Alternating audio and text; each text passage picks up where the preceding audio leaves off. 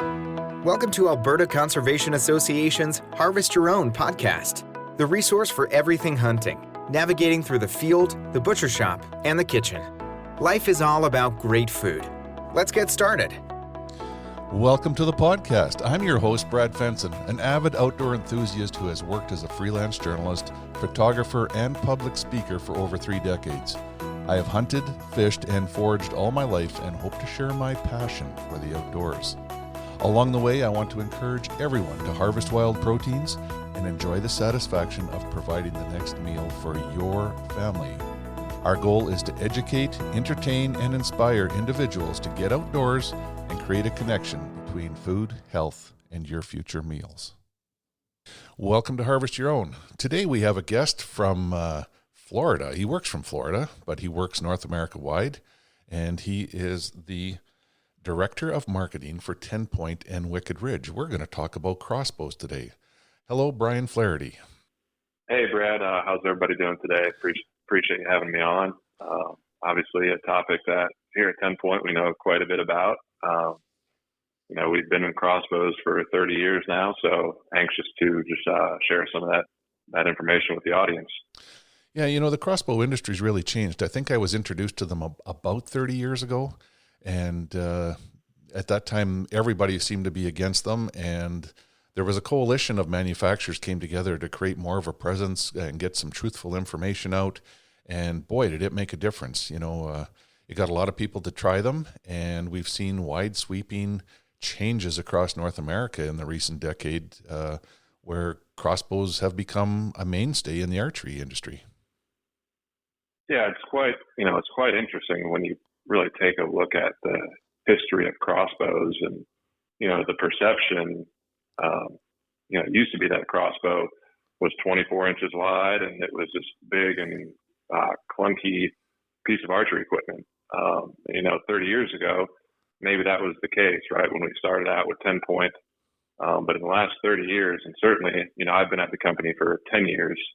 I mean, even in 10 years, when you look at the advancements in the technology and how small and compact these crossbows have gotten, it's just really introduced a lot more hunters into the field, and it's been a tremendous journey so far over the past 10 years. Yeah, it's interesting to look at the history of them and where we've come from. But if you look at the hunting industry as a whole, whether you're talking about vertical bows or even firearms or shotguns or optics, ammunition, anything, boy, we've really stepped up the R&D and the engineering and how things are made and taken things to a new level. And I think the crossbow industry is really leading that charge in the archery world, and we see a lot of that. We were at the Archery Trade Association show this year, and crossbows had a major footprint within that show. Yeah, it's interesting because every single year when we bring out new products and I sit down with our owners, one of their big things is that at our heart, the heart of our company is we're an engineering company. We design, we innovate, we really challenge the norm of what used to be versus what can be. And I think that's really what kind of has driven us over these 30 years is that, we are heavily invested in our research and development and engineering, and that never changes. That's at the core of our operations. No, and I believe you've always been on the leading edge. I remember the first time I shot a 10-point crossbow, I was actually at SHOT Show at Industry Day at the range or some other function that was going on, and met one of your people there, and they passed me a bow and said, shoot. And so I shot the target. I was like, wow, that's pretty cool. So they recocked it and handed it to me again, and I shot a Robin Hood, and I'm like, all right, now I need to take a closer look at this thing because it's really grabbed my attention. Yeah. And I mean, Brad, we get that story all the time, and not to jump ahead, but I mean, that's one of the reasons why we feel that the crossbow is such a powerful tool at, recruiting new hunters to the sport is because of that success that they may see, just a couple shots after getting a crossbow out of the box and getting it sighted in, you start hitting the bullseye, you start, especially in your case, having a Robin Hood on a second shot. I mean, it really goes a long way in recruiting new hunters to the sport. Absolutely. And, why not just jump into it right now? Let's talk about that a little bit.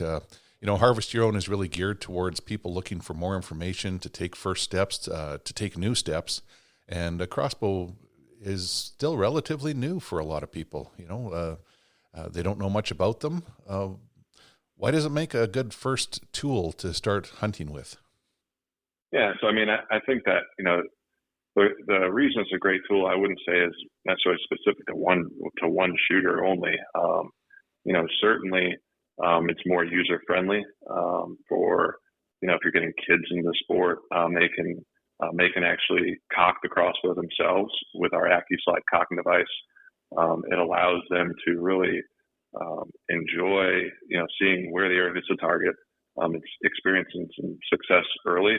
I think is very, very important. So, from recruiting on the youth side, it's one of the things that we focus on and getting with different organizations and events that allow children to or youth just to be able to shoot these crossbows and experience some success because they can't pull a vertical bow back, right? But what we see many times is that the crossbow can get them into the sport. And many times, they practice, and once they're strong enough to pull the minimum weight for a vertical bow, they do transition to a vertical bow, and then naturally we see them come back to crossbows at certain points in their life. But from the youth side of it, it's just a great way to get them into the sport because that's one of the most important things that all of us talk about right now is how to recruit new hunters. I think, another customer that we see is somebody coming over from the firearm side. And, a lot of those guys, there's not the kick that we see in firearms if it's held and operated correctly. Yeah, and so then on the gun side, there's no bang when you use a crossbow. There's no kickback. So I mean, it's a natural crossover for the gun guy as well. So I think there's a couple different things that we look at in terms of recruitment and retention. Keeping hunters in the woods. And I think that, we see a lot of times 3 generations of hunters with crossbows where, a father shoots our crossbow and he ends up passing that down to his son. And then sooner or later, the grandfather's involved and he has TenPoint. So we hear a lot of those stories where it's 3 generations of hunters with the crossbow. Yeah, I mean, those are all very good points. We've had a lot of ladies approach us here over the last year that I've had anyways that say, I'm really intimidated by firearms. I don't like the recoil, and I certainly don't like the noise. And we've been able to introduce them to crossbows, and they're like, wow. So it's great because it's intuitive. It's very easy to learn and pick up. It's not like I have nothing against vertical bows. I love them. I've shot everything from bighorn sheep, elk, moose, deer, pronghorns, you name it, with a vertical bow. But boy, it takes a lot more time and practice and effort to become proficient. And you have to make sure that you're practicing all the time to keep those skills and that muscle memory and everything else to be effective. So for people starting out or people that are intimidated, there's no better tool than a crossbow because they are efficient, but they're also great hunting tools to allow you to be successful when you do go out. Yeah, and I think that's one of the biggest things, and that's why I mentioned a little bit partnering with different organizations and some events that allow people just to get their hands on a crossbow because it can be intimidating, especially when you look at some of our top end models. There's technology built into that crossbow from the stock to the stirrup, and especially for people that have never even picked one up. Fortunately for us, our product lineup covers from your beginning crossbow all the way up to the top of the line technology. But just getting their hands on them and showing them it's not as intimidating as it looks, and those sorts of things. Just giving them the opportunity to actually experience it firsthand. Absolutely, and I know you have staff like Barb Terry, for instance, who's interested in the bow hunter education program, and she is a real advocate for archery as a whole, and she mentors many people by introducing them to crossbows, even taking them into the field and helping them to find their first success. Yeah, and I think that's also speaking about people like Barb and others on our team. Not to jump too much into strictly just TenPoint material, but that's one of the things that we pride ourselves on is we are bow hunters. Our company was founded by bow hunters. Everybody in our company, the majority of them are bow hunters. And so we have a personal pride in it as well in terms of introducing new people to the sport, so on and so forth. So, yeah, certainly us getting out, getting involved, and taking pride in that is a big deal to us. This podcast is produced for Harvest Your Own, a program dedicated to those who want to reconnect with food and health through their experiences outdoors. HarvestYourOwn.ca is a resource for individuals to learn more about hunting and the outdoors. There's information to get you started and ensure that your compass stays pointed in the right direction to be successful. Where's your next meal coming from? Yeah, but we've really seen a big pendulum swing in terms of the hunting society, in terms of where crossbow fits into the overall picture. You know, if we went back 20 years ago, there was not a lot of places where you could even use them in a general archery season, but that pendulum has really swung, and now we have the majority of states and almost all of the provinces. There's only a couple holdouts, like Alberta, where you can't use them in the general archery season. And it's been an eye-opener. You know, there's a lot of statistics out there and scientific information about recruitment of hunters and overall harvest, overall efficiency, and all the rest of it. And I would say crossbows have a very definite stronghold in the market and are only going to grow more. Yeah, you know, going back 20 years, I believe there was only 3 states with crossbows legal during the archery season. Fast forward to present day, you know, crossbows are legal in 29 states and 9 Canadian provinces, I believe. Yep. You know, and Oregon is the only state where it's not legal for any hunter, you know, regardless of a handicap or anything like that. So it certainly, the pendulum has swung, and you know, I would like to believe, and we hear feedback that, you know, we've done quite a bit on the legislation side in terms of those numbers and of those statistics, and making sure that people have access to the correct studies, the efficiency studies, and so on and so forth. So it has certainly changed. We're obviously enjoying it, but along with that growth comes education, right? And it's very important that companies like ourselves are out ahead of things in terms of how do you safely use a crossbow, how do you operate it, what are your different options in terms of cocking devices.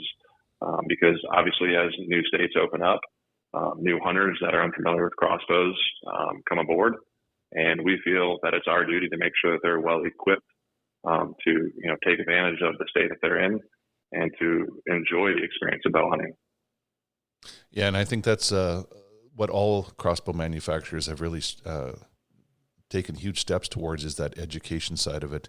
You know, like I said, 30 years ago, I remember having meetings where all of the groups, even though their competition, said, let's work together to really inform people about these tools and make sure that they understand them, because there's a lot of myths and misconceptions about them.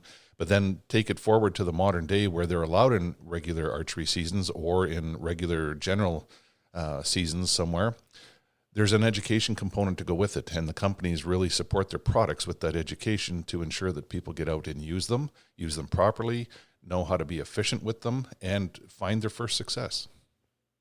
Most definitely. Couldn't agree more. It falls on all of us to make sure that people are, you know, well equipped and properly educated, because you know, there's so many opportunities out there. We just want to make sure that everyone is prepared to do it safely. Yeah, and I think the real pat on the back for the crossbow industry is that they continue to work together. Like, you know, I shoot all kinds of different crossbows and brands and models. All of them are modern equipment. You know, everyone's advancing at a very fast pace, but everyone is still working together to make sure that there is no misconceptions out there, that the truth is out there, and that people can find a crossbow to use as a tool and embrace it.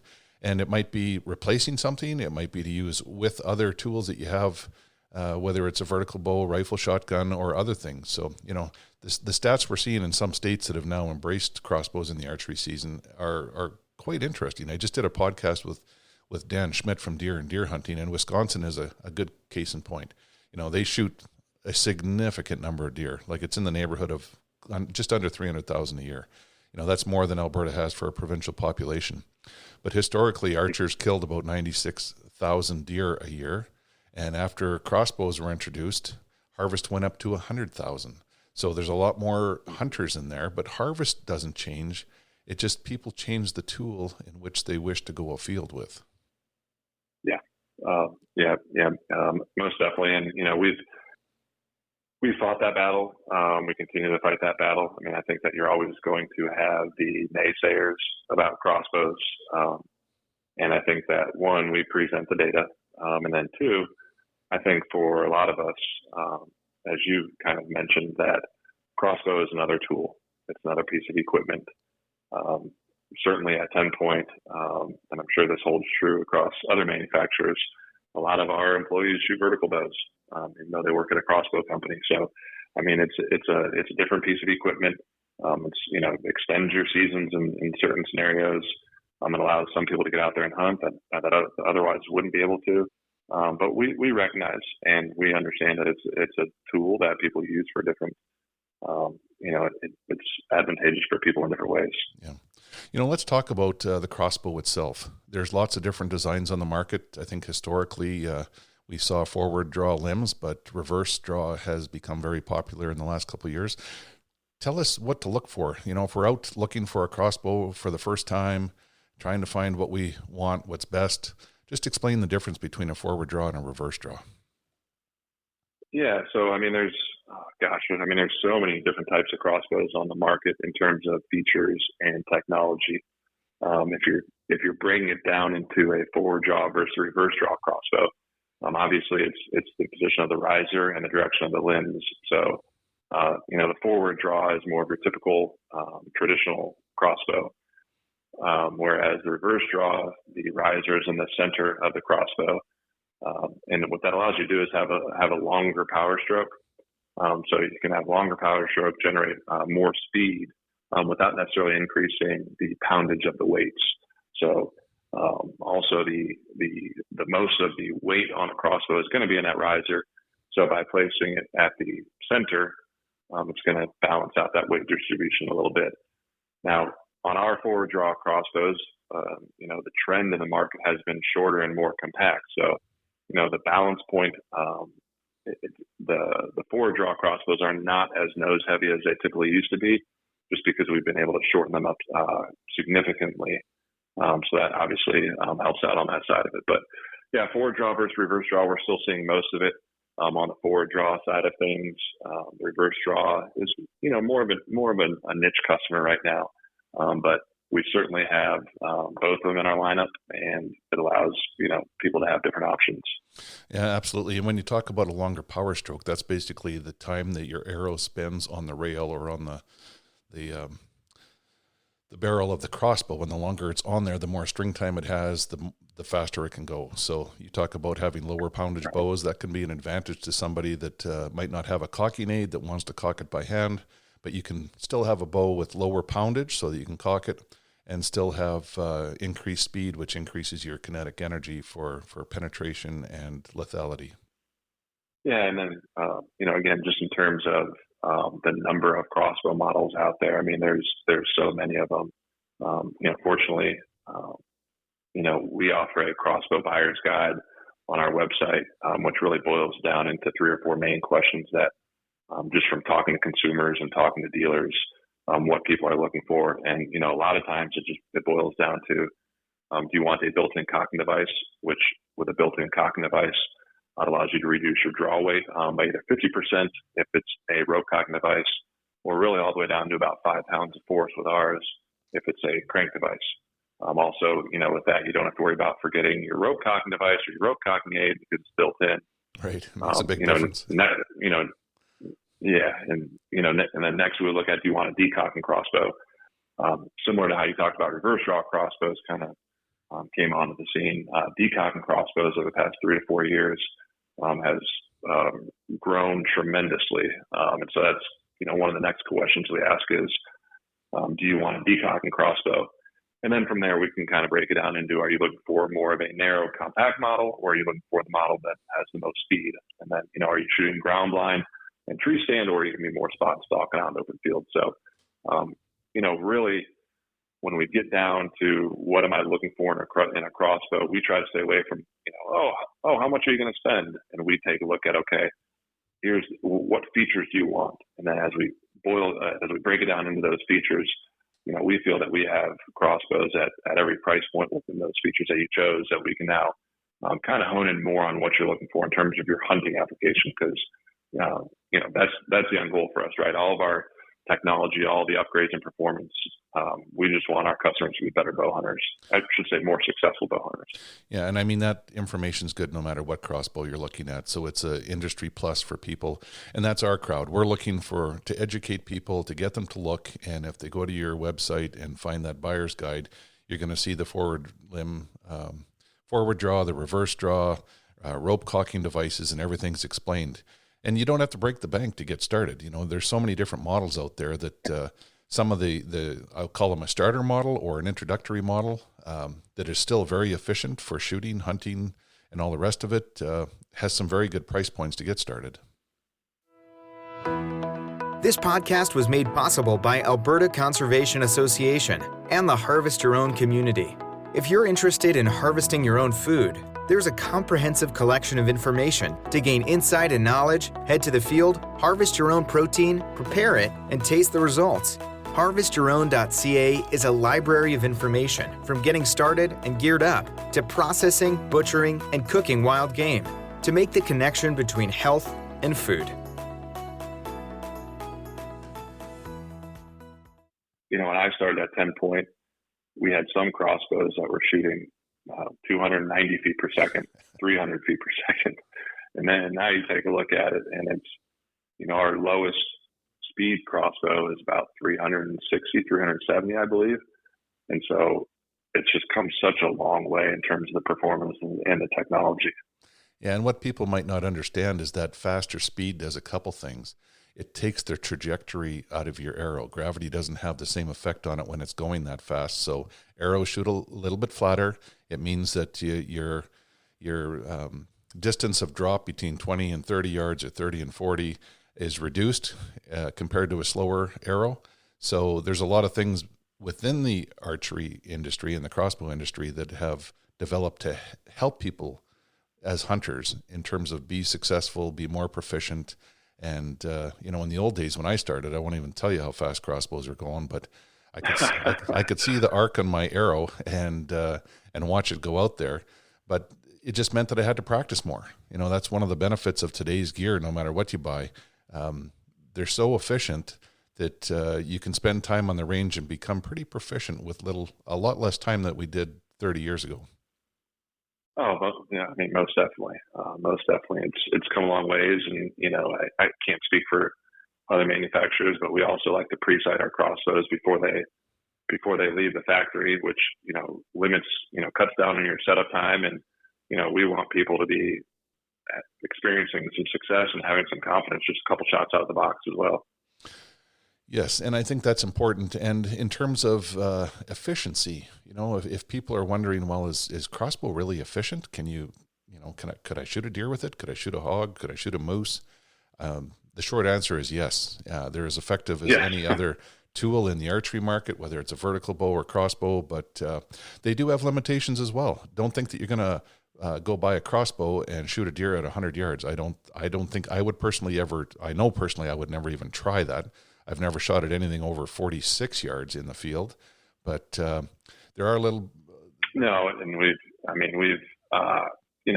from our standpoint at TenPoint, we've always stayed away from the distance in terms of taking 100-yard shot. I mean, Brad, as well as I do. I mean, so many things happen within 100 yards that while you may be able, you can take our bows out and shoot on the range on a perfectly calm day, and you can pop balloons at 120 yards if you wanted to. But we all know, and we've seen too many instances where a lot of things happen in that distance when you take a shot on an animal. So by all means, we have never advocated for that and never will. Right. So you understand the tool, you got to learn how it works, and also dive into the efficiency of it and where it has an effective range and all the rest of it.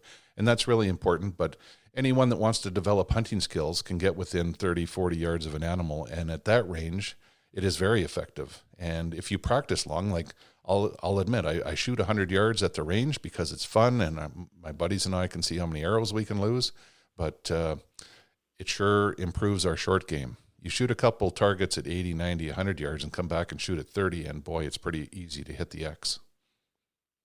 Yeah, and that's part of the exciting thing about being in the archery season, right? Where you want to be 20, 30, 40 yards with that animal, to have that encounter, to have that experience, right? So, I mean, that's why the crossbow has been added to archery seasons because of that. And, we'd like to keep it that way.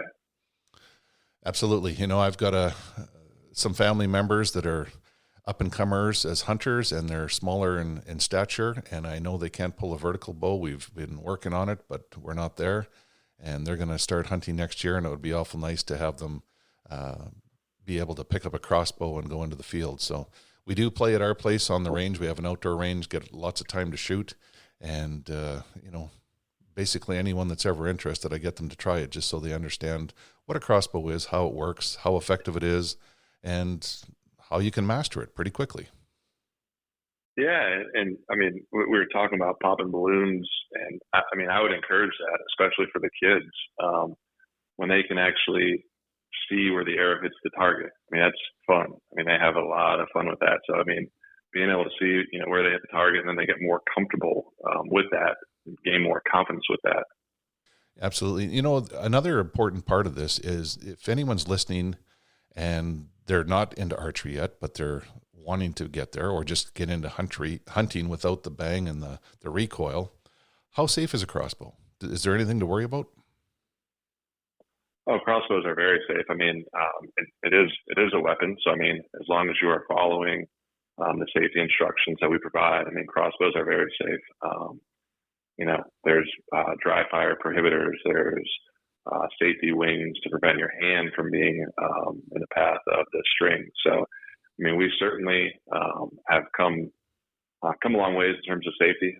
Also, our AccuSlide safe decocking, which, if you're familiar with any of our bows on the market, when you're cocking and decocking, if your hand slips off the handle, or if you need to stop for any reason, once you've inserted that crank into the cranking device, it won't spin wildly out of control. It won't damage the bow. It won't cause an injury. So that's another safety feature. So, I mean, we're constantly evaluating what the most, what features we need to add to continue to make them safer. But by all means, it's one of those things, much like other weapons, that as long as you're following our safety guidelines and our operation manuals, it's very safe. Yeah, and I think that's an important point to make. And I certainly love the decock feature. I mean, almost every premium bow on the market today has that. And in the old days, I used to carry around a target to, shoot my bow at the end of the day when my hunt was over. I keep it at the truck, go back there, and sometimes you damage arrows or lose them, and you don't have to worry about that now. You put your cocking handle on the bow and decock it. Yeah. And we not only tell people, but we hear this all the time. For somebody that has not experienced a decocking crossbow, it only takes one time for them to do that after a hunt, where it's after an evening hunt and you're packing up and you just decock the crossbow and you get in your truck and you go home or you go back to camp. And there is no lugging around a big target. There is no, setting up lights to be able to unload the crossbow by shooting into that target. So we hear all the time that it only took people one time to experience that on a hunt, and they'll never purchase a different bow if it doesn't have a decocking feature. So I think, in the matter of the next 5 years, I think decocking on a crossbow is almost like a safety belt in a car, where it'll be every single crossbow has a decocking to it. Yeah, it's very convenient, but it's also extremely safe, and really changes the game for using a crossbow under any circumstances. Yeah, it does. And the safety factor, again, like we talked about it before, but with kids, I mean, we have, 5, 6-year-olds can go out and actually cock a bow, and they can decock a bow, and we know that it's safe. It's been proven to be safe, and that's also a big deal for kids, for youth getting into the sport, that they can do it on their own. Obviously, with parents standing right there with them, but they can still kind of go through the whole process of cocking the crossbow. Yeah, my girls are 5 years old, the twins, and they can cock any of my bows with there you go. and they do, and they love it. I started them off at 3 with little toy crossbows that shoot Nerf arrows, and that's still one of their favorite activities, summer or winter. Yeah. If I mention, let's go to the archery range, they're like, can we shoot our crossbows? And off we go. So easy to introduce kids at a young age, get them interested. And, anything outdoors for anyone is a breath of fresh air. We all need more vitamin D, and outdoor experiences add to the quality of life. Of course. I know you're a fairly new hunter, but you've done well with a crossbow. I believe I was there when you harvested your first animal, and I've seen you go on to have many more successes. How exciting is it? Oh, it's really exciting.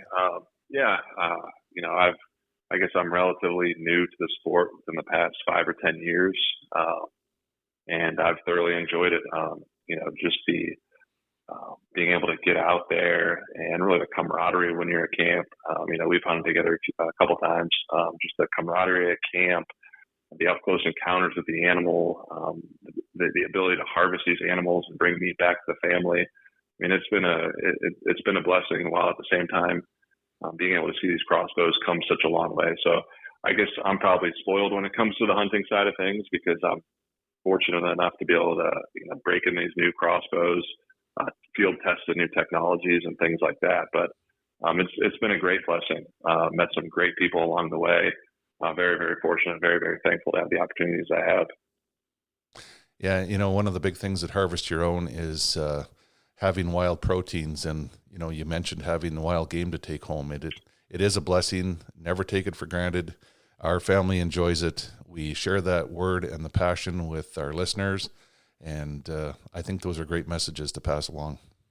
Brian, I'd like to thank you for coming on today, sharing information. If people want to gain more knowledge about crossbows, there's lots of websites out there to look at things. That buyer's guide on the TenPoint or Wicked Ridge site is a good place to start. There are lots of options, and if you don't have the equipment, I'd recommend you take an education course. Whether it's bow hunter education, or in Alberta here, it's the Alberta Hunter Education Instructors Association. There's lots of opportunities to try these things and get an understanding of them and know if you want to use it and move forward from there.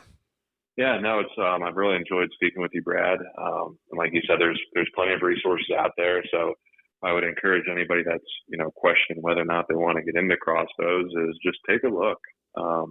Get out to some local events, or speak to family members or friends who shot a crossbow, and don't be intimidated by it. A lot of people are using them these days, and they enjoy the sport. And I would just encourage anybody, if you're thinking about it, go out and experience it. There you go. Don't just think about it, do it. Thanks for joining us today, Brian. Yeah, thanks, Brad. We hope to inspire people to reconnect with nature and appreciate where your food comes from by harvesting your own. For more information on getting started, or to learn specifics about the Field to Fork experience, visit harvestyourown.ca and follow on Facebook and Instagram. Check back often for new material, recipes, and videos that are posted regularly. Please subscribe to Harvest Your Own podcast and take the time to rate and review the show to help us build a dedicated core of passionate hunters as our regular audience. Until next time, embrace the outdoors and all it has to offer. Thanks for joining us.